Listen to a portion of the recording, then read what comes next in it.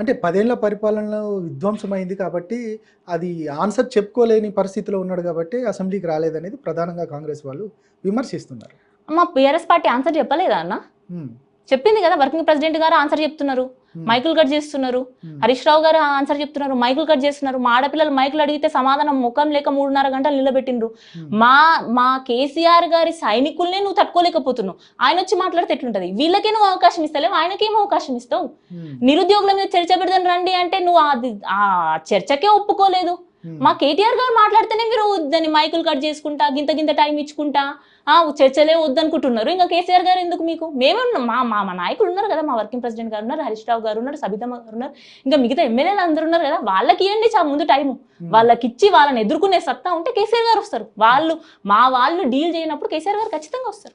Okay, ఇక రాష్ట్ర ప్రభుత్వం నిన్న ప్రతిష్టాత్మకంగా అంటే 2 లక్షల రుణమాఫీ కూడా మేము అద్భుతంగా రైతుల ఖాతాలో వేశాము, ఇక ఎవరు చేయదు ఈ దేశంలోనే ఎవరు చేయని ఆ పని మేము చేసి పెట్టాము, అంటే తెలంగాణ ప్రజల యొక్క అభివృద్ధే లక్ష్యంగా ముందుకెళ్తున్నామని అన్నారు. నిజంగా 2 లక్షల రుణమాఫీ రైతులకు అయిందని మీరు భావిస్తున్నారా? మీకు పెద్ద ఉదాహరణ చెప్తే అవుతుందో మీకు ఇప్పుడే అర్థమవుతుంది. మన రేవంత్ రెడ్డి గారి సొంత విలేజ్ ఉంది, ఒంగూరు మండల్, కొండారెడ్డిపల్లి.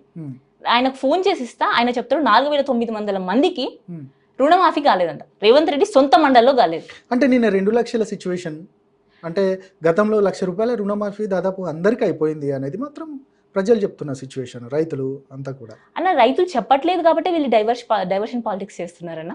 మీరు ఒకసారి మీకు చెప్తున్నా కదా, ఒకసారి ఫోన్ చేసి మాట్లాడండి. చేయండి, మీరు చేయండి, ఎవరికి ఇవ్వలేదు విత్ ఆధారాలతో మీరు అది చేస్తానంటే ఖచ్చితంగా అది ఆయన చెప్తే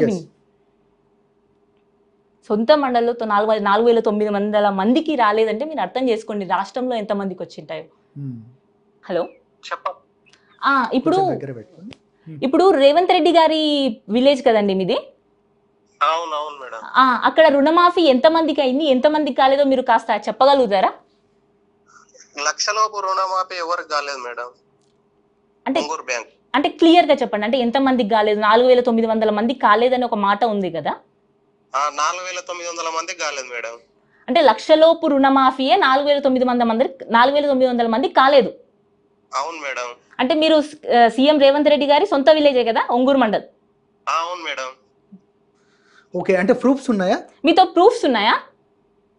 ప్రూఫ్స్ అంటే ఇప్పుడు ఏవోనే చెప్పిండు మేడం. ఇప్పుడు అగ్రికల్చర్ ఆఫీసర్ ఉంటారు కదా మేడం, ఏంది మేడం ఇట్లా సార్ ఏంది ఇది మాఫీ కాలేదు సార్, ఎందుకు అందరికి అయినాయి కదా సార్, ఇక్కడ అన్ని ఊర్లలో అయినాయి కదా మాఫీ, ఎందుకు మాది కాలేదని అంటే ఈ బ్యాంకుల్లో ఎవరికి కాలేదు, 1,00,000లోపు 4,900 మందికి మాఫీ కాలేదని చెప్తున్నాడు మేడం. ఏఈఓ గారు చెప్పిన మాటలే మీరు వింటున్నారు కదా ఇది. అవును మేడం. థ్యాంక్ యూ అన్న,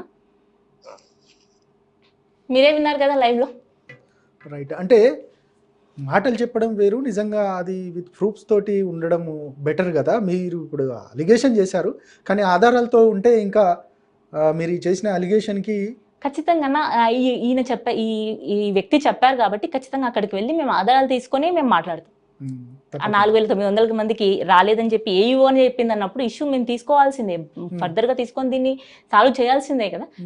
ఎట్లా డిఫెండ్ చేయబోతున్నారు దీన్ని, అంటే ఈ ఇష్యూని ఎట్లా ప్రజలకు తీసుకెళ్ళిపోతున్నారు? ఆల్రెడీ మేము ఒక పని చేసామన్నా, బీఆర్ఎస్ నుంచి ఒక టోల్ ఫ్రీ నెంబర్ పెట్టాం. అంటే వాళ్ళు మమ్మల్ని రీచ్ కావడానికి, అంటే వాళ్ళకు ఒకవేళ ఎవరెవరికైతే రుణమాఫీ కాలేదో వాళ్ళందరి కోసం ఒక టోల్ ఫ్రీ నెంబర్ పెట్టాము. ఆ టోల్ ఫ్రీ నెంబర్కి ఇప్పటికి కంప్లైంట్స్ వస్తున్నాయి, వాళ్ళు చెప్తున్నారు మాకు కాలేదని.